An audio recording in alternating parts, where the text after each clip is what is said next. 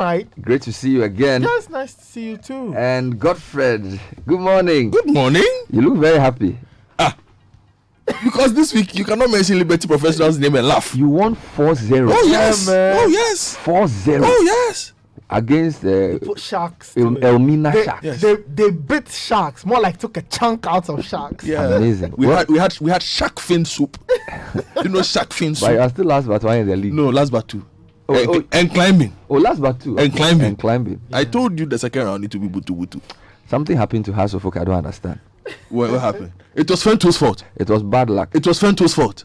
You know, last minute goals. Victor Edu's technique was fine until Fento decided to do a compilation video. Who asked Fento to do a compilation video? Oh. Now the gentleman gets a penalty. And he's doing finesse. He's overthinking it. He's doing finesse. You blame Fento. I blame Fento. All her supporters should blame Fento Tahiru, head of City Sports. But we are still fourth. It's not too bad. Anyway, so let's jump into the headlines. Front page of the Daily Graphic, Bernard. National Grid augmented. That should be good news. Buoy adds 22 megawatts solar power.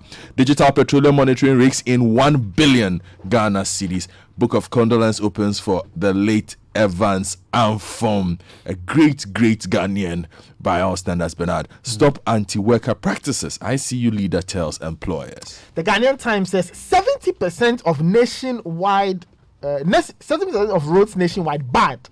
70% of roads nationwide bad. Due to lack of maintenance culture, only 4% of road sector investment used to repair existing roads. That's according to the Ghana Highways Authority. Reducing leakages in fuel value chain. SML saves Ghana 1 billion cedis in 10 months. On the matter of the Tone landfill and its decommissioning, government impressed with work done so far. That's according to the sanitation minister. And president joins world leaders to mourn Prince Philip, the Duke of Edinburgh. The front page of the Daily Statesman, Professor Ameya Kumfi eyes NPP national chairman position. NPP to stamp authority on untimely flag bearership campaign. And on the matter of the broadcasting bill, Kojo Nkrumah says government is being tactful in passing this bill. They find this big story on their front pages. Stop chasing extreme returns. 10% monthly interest is unsustainable. You risk losing all your investments. That's according to Dr. Agloyo. Remove caps on government funds. Construction chamber pleads. Transit traffic increased from 1.3 million to 1.5 million metric tons in 2020. That's according to the GPHA. The NPP is talking. Next set to take tough stance on scramble for 2024 flag bearer slot.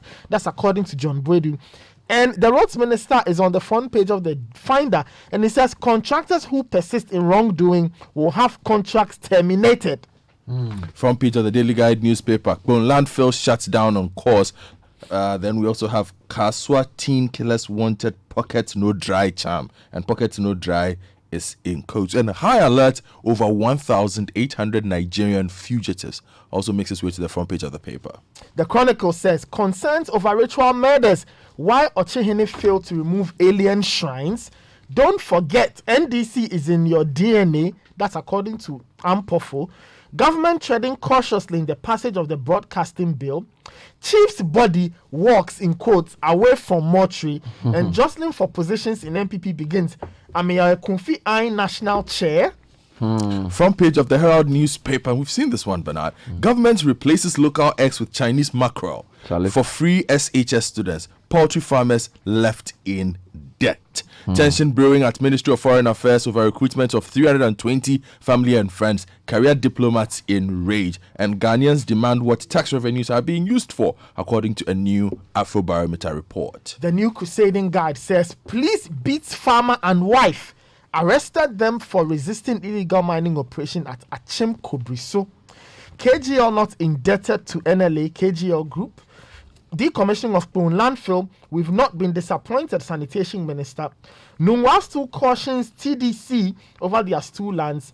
And while Professor Ameya Kumfi is joining NPP national chairman contest, plus a dancing off DC hopeful exposed, insults a Kufado over his choice of DCE.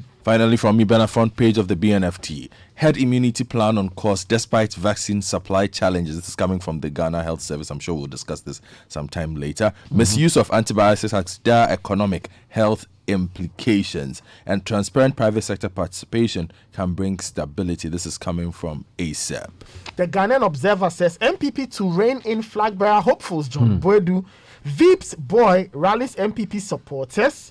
We are not indebted to NLA KGL, and the Ghana Immigration Service has issued a red alert over 1,800 Nigeria jailbreakers, and Sanitation Minister Lord's work on landfill decommissioning. And on the front page of the Economic Times, Citi reserves and BOP to remain strong with $3 billion Euro bond money. Power outages, stakeholder share concern, and true debt of GOG. Clean up balance sheets of SOEs. Lots of stories on citynewsroom.com. LPG marketers urge government to reconsider increasing gas prices. Also, Ashanti region Kumasi residents kick against ECG proposed tariff increment. Consumer Protection Agency says the timing for proposed increment is just wrong. In other stories, UG Department of Marine corroborates the Fisheries Commission report on the fish that were washed ashore. Now, lots of tragic stories on the website as well. For example, 5 reported dead after crash on Accra Kumasi Highway. That's on citynewsroom.com. Also, in Ashanti region, family of 4 burned to death after fire at Manso Aponapon. And man arrested for killing wife, remanded in police custody. And this is another one to do with a guest house where a man allegedly killed a woman. So, lots of tragic stories. If you go to citybusinessnews.com, working on ensuring healthy capital markets. This is SEC. Also, 2021 census will depend heavily on technology according to the GSS. And vegetable farmers call for plan to produce quality seeds locally. Now, that's also on citybusinessnews.com in the agribusiness section. If you go to myjoyonline.com, alleged killer of woman at Somanya guest house arrested. Fish washed ashore due to low oxygen concentration, UG researchers. And selfish discourse on Akufo-Addo's 2024 replacement premature, Professor Jampo to NPP. If you go to Star News, lead story is still the Eastern region. 5 perish in Opretima accident. Also, husband arrested for allegedly killing wife at guest house in Somanya. And UG Marine Science Department backs Howard's stress theory. This is on the fish washed ashore. And 5 stabbed in Apam at funeral chaos. Lots of killing, homicide, dying kind of things.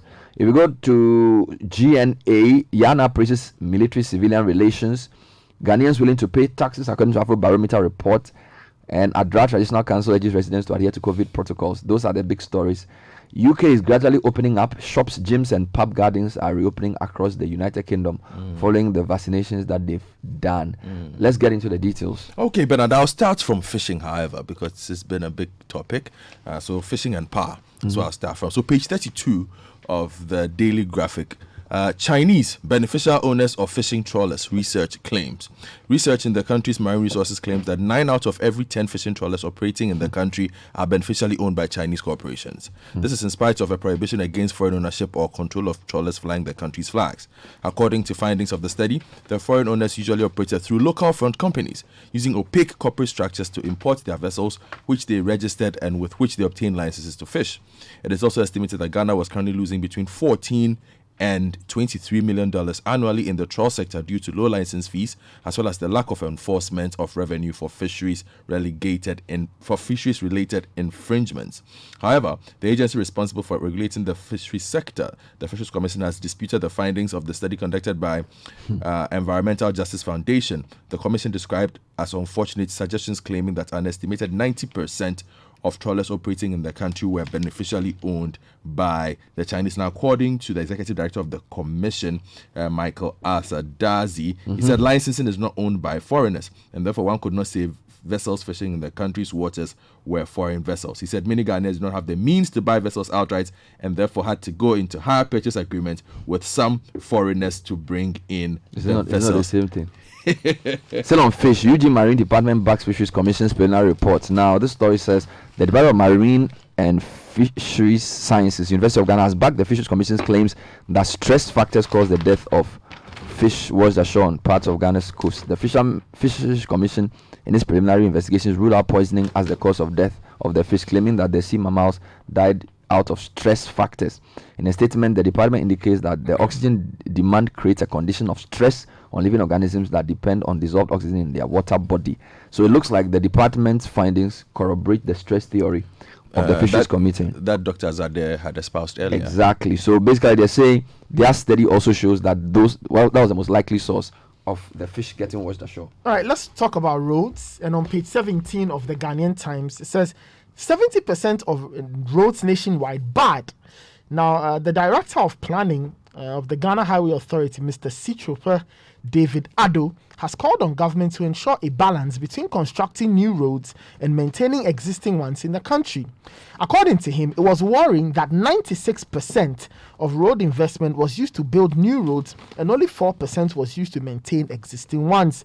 As a result of the poor maintenance culture, he explained that the country's score of good roads, which stood at 57% in 2015, had currently dropped to 30%, and was speaking during a presentation on a 4-year plan for the GHA at a 2-day strategic management workshop organized by the Ministry of Roads and Highways in Koforidua. The minister confirmed this during his vetting. He said only 30% of our roads are good. Yes. And then he says the rest are fair or bad. So if you put that together, this person is correct. And according to Selom Dobiji of the Finder on page 9, he says the roads minister, Kwesi Amakwanta, has warned contractors in the country who continue to persist doing the wrong things, disregarding the advice of government engineers, that they might have their contracts. Master, crack the whip. We are tired of the warnings. Every day you are warning somebody to do something. Master, you are the minister. If the people are not doing the right thing, you know what to do. Crack the almost every week. He's warning people. We will not do.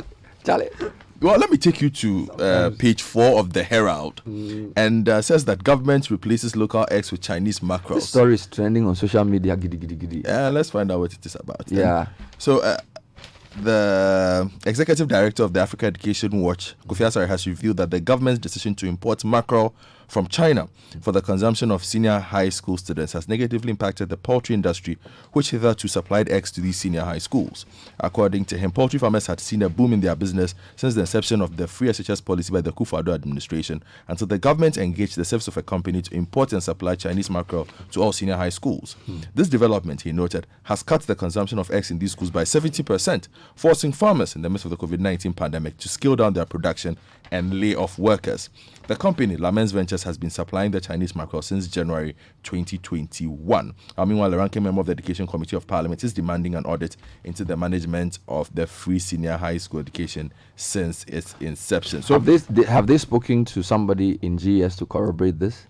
To react to this? Not yet. So think about it. Your a report says 90% of the trawlers in your fish in your waters are Chinese owned. Yeah. The people deny it. Now all the protein for your secondary school is also coming from China, not even from your waters. You know, so it's a big situation. Yeah, so just a bit of detail on this. Give me just a second. So according to the story, according to the report by Africa Watch, schools were doing at least 3 eggs a week. So this translated into 150,000 crates or 3.6 million eggs. So the poultry farmers invested now has reduced by 70%, and you know what's funny? You are doing a government sponsored agric program, planting for food and jobs, rearing for food and jobs. Okay, so you'd have thought that you link that to free SHS, right? Because if you're planting for food and jobs, when the food comes, how do you sustain the jobs? Now you are free SHS, you are feeding the whole country secondary schools. So you think that you use your local poultry, local rice, but somebody will say, oh, it's cheaper to bring mackerel from China, undermining the policy. You see how we work? Because it will benefit somebody else. We have to investigate this matter. Seriously. Yes, if you go to page 9 again of the Finder, to some politics, and John Boedu is speaking. Warning the people. Yeah, he says the National Executive Committee of the governing MPP, according to the party's General Secretary, Mr. John Boedu, will soon meet to take a strong position on developments regarding the party's 2024 flag bearership contest, which he described as completely backward, unproductive, and distractive. Now, this follows concerns expressed by the party's rank and file on the matter during the nationwide thank you tour of the national executives of the party. The grassroots of the party have expressed their disaffection and revulsion at the conduct of some leading members of the party with presidential ambitions who are said to be engaged in some covert maneuvering towards bringing their ambitions into fruition. Overt and covert operations. Now, I want to talk about tariff quickly increases. before you get to tariffs. Yes, one more story linked to this. So, according to page 3 of the Daily Statesman, Professor Meyer Kunfi is eyeing The national chairman. So it's John Boydu complaining about national chairmanship position or flag bearer positions. Nathan, in the story you read. Sorry. Is it flag bearer issue is raising? Yes, or he says flag bearer. Flag, yes, okay. Flag bearer But issue. I'm confused for chairman. Yeah. I see. And that's also trending. Now, let's talk about tariff increases. Okay. So, a couple of stories. Timing for proposed increment in electricity tariffs wrong. This is according to the Consumer Protection Agency. And the story by Benjamin Aklama says, CEO of the CPA, Kofi Capito, says any possible increment in electricity tariffs would be ill-timed. Though he acknowledged the need for an increase in tariffs, he has instead urged the PURC to focus on seeking compensation for customers who have lost electrical gadgets due to the recent erratic power supply. Then, in Ashanti region, Kumasi residents also kick against proposed tariff increase. Again, residents and business owners within the greater Kumasi metropolitan area of Ashanti have kicked against the proposed increment in electricity tariffs in the midst of the erratic power supply being experienced in some parts of the country. Now, at a recent forum on Thursday, April 8, MD of ECG, Kwame Ajimambudu, suggested that the company needs more funds to support its operations and be more effective. He therefore proposed an increase in electricity tariffs. Now, the proposal, however, is not sitting well with some residents and business operators in Kumasi who have totally rejected it. We won't agree for this tariff increment. They should focus on fixing the lights before talking about increasing the tariffs. Then finally, in that same stretch of stories, LPG marketers urge government to reconsider increase in gas prices. Now, this is the Liquefied Petroleum Gas Marketing Companies Association of Ghana asking the government to reconsider the announced 18 peso upward adjustment of a kilogram of LPG. According to the association, the tax will further worsen the plight of consumers and subsequently lead to a reduction in the use of the product. The association further says the tax is alien because it was not captured in the 2021 budget statement. Vice chairman of the association, Gabriel Kumi, described the move as harsh and inconsiderate. So, guys, lots of stories in that area. Yes, if you go to page 3 of the Chronicle, there's a story, the government treading cautiously in the passage of broadcasting bill. Okay. Now, Minister for Information, Kojo Nkrumah, says the government is engaging the relevant stakeholders to pass the broadcasting bill. According to him, the government was taking inputs from technocrats and industry experts and at the same time was being tactful in the passage of the bill so as not to create a situation where it becomes a tool for successive governments to use in stifling media freedom and freedom of speech. He was speaking on TV3's Current Affairs program, The Key Point. Well, I have two stories for you, Bernard. An update. You remember the Somenya Hotel story? Yes. Well, a suspect has been nabbed. Apparently the husband. Yes, on page 6 of the Daily Guide. Charlie. So the suspect behind the murder of a lady at the guest house in Somenya in the Ilokobo municipality of the Eastern Region last week has been apprehended by the police. The suspect, who gave his name as Charles Teta when lodging at the guest house, has now been identified as Prosper Negle and was using the said name to hide his identity. He was also identified as the husband of the deceased, believed Sakite. The police, now according to the Eastern Regional Police spokesman, Sergeant Francis Gamado, they confirmed the arrest and said the police on Saturday upon investigation invited family members and the husband of the deceased as part of the investigations. According to an arrival at the police station, a worker at Gameli Guest House identified the husband of the deceased as the man who came in with her to lodge there. The police said the cleaner informed them that the suspect sent her 3 times to buy him things from a shop, which made her curious. And she took a good notice of him. Now, 2 other workers also corroborated the identity of the suspect who was sent to the crime scene. Eastern region has a lot of troubling stories. Now, 5 reported dead after crash on the Accra-Kumasi Highway. This story is from Neil Ni Kanaku, Eastern regional correspondent. 5 persons are reported dead after the vehicle they were traveling in got involved in an accident at Opretema, a town in the Sum municipality on the Accra-Kumasi Highway. Police said the incident occurred at 2:30 in the afternoon. It involved a Mercedes-Benz Sprinter bus with registration number given, with passengers on board from Kumasi direction towards Accra. 3 male and 2 female adults were on board the vehicle, died on the spot, while the rest were rushed to the Sum Government Hospital. You should see the site. The vehicle badly mangled.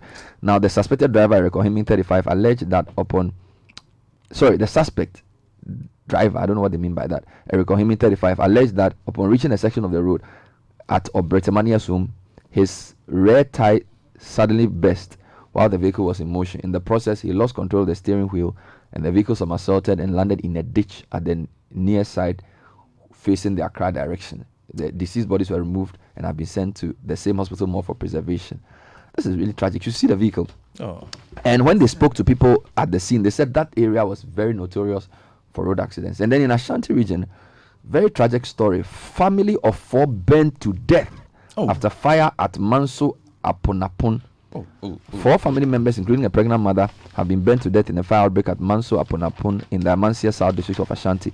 The victims who died in the fire have been identified as 48-year-old Kofi Owusu, his pregnant wife 32-year-old Esther Kwabena, and his 2 children 9-year-old Sarah Owusu and 5-year-old Koje Wa.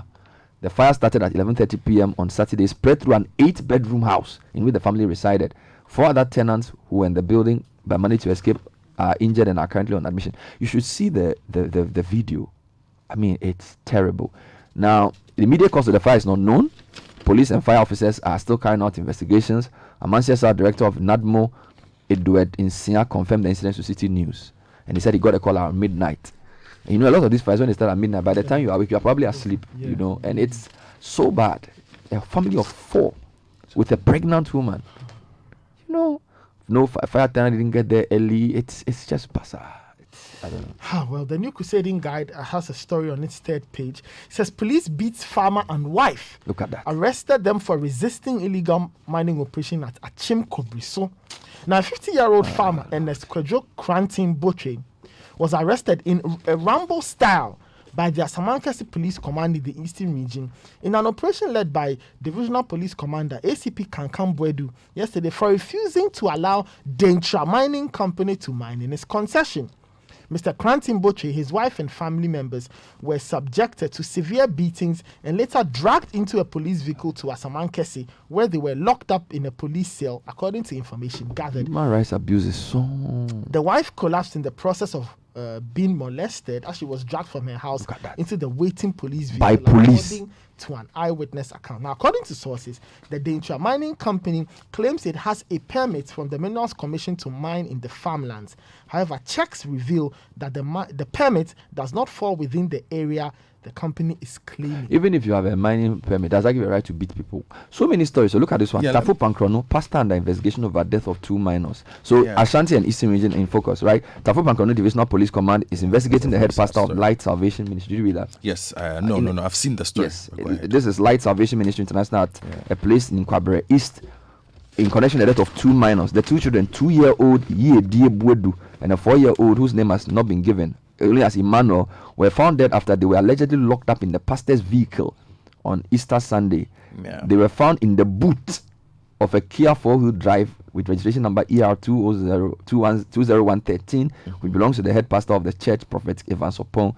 They died on arrival at the Mamponting Government Hospital after they were retrieved from the vehicle. Yeah. The father of the deceased, one of the minors, Eric Wachi, has appealed to the police to investigate the matter. Yeah. But if you read the Daily Guide version, it sounds like an accident because apparently, so we'll leave it to what the did police. The Daily Guide say? Well, the Daily Guide's version basically says that the pastor had left his car unlocked. And the kids went in. The kids went in. This is something parents should be mindful of, where your children play. Yeah. I hear this almost every quarter. 2 kids go into a car to play, the car gets locked, and they suffocate. Yeah. Let me give you a story, Bernard, on herd immunity. Page 3 of the BNFT. Herd immunity plan on course despite vaccine supply challenges. The nation's plan towards achieving herd immunity by immunizing at least 20 million people against COVID-19 by the end of this year is doable, despite existing hiccups that have seen only 1 million doses of vaccine dispensed since the first week of March 2021. Head of the National Immunization Program at the Ghana Health Service, Dr. Kwame Amposachianu, has told the BNFT. Government is also working to procure some of the vaccines from Russia, the Sputnik V, toward reaching 20 million people, or 60% herd immunity for the population. Well, if you can listen to the big issue from the weekend. We have more on this, and Insiansa is also saying that he says we will not change our strategy. Yeah. We'll see. It's a big issue because the vaccines are not coming. Yes. Now, if you go to the Daily Guide, page 5, the World Health Organization chief heads out at shocking imbalance of vaccine doses for poor countries. There remains a shocking imbalance in the global distribution of coronavirus vaccines, the head of the World Health Organization has said. Mr. Gebreyesus spoke has emerged that up to 60 countries, including some of the world's poorest, might be stalled in delivering the first shot shots of the coronavirus vaccination, as nearly all deliveries through the global program intended to help them are blocked until as late as June. Can you imagine? COVAX, the global initiative to provide vaccines to poorer nations, will only ship those cleared by the World Health Organization, and countries are growing increasingly impatient as deliveries have all but halted since Monday. You see how some countries who claim to be your friends are behaving. Yes. Blocking export of vaccine and all of that. But this is the Indian problem. Yeah, they said they want to give their citizens first. Yes. Let's end with the story you have, Nathan. Yes, the Ghana Immigration Service says Ghana is on the lookout for over 1,800 jailbreakers from Nigeria. Now, in a statement, 1,800. in a statement, the Comptroller General of the Ghana Immigration Service, Lord O.F. directed personnel of the Immigration Service to be on high security alert to prevent the criminal escapees from entering Ghana. We claim we have closed our borders for COVID. Go to Aplawo and go to Elubo and see what's going on there. Anyway, thank you, Nathan. Thank you, Godfred. That was the newspaper review. Coming up next is the Citi Business News. Stay with us. Kitty.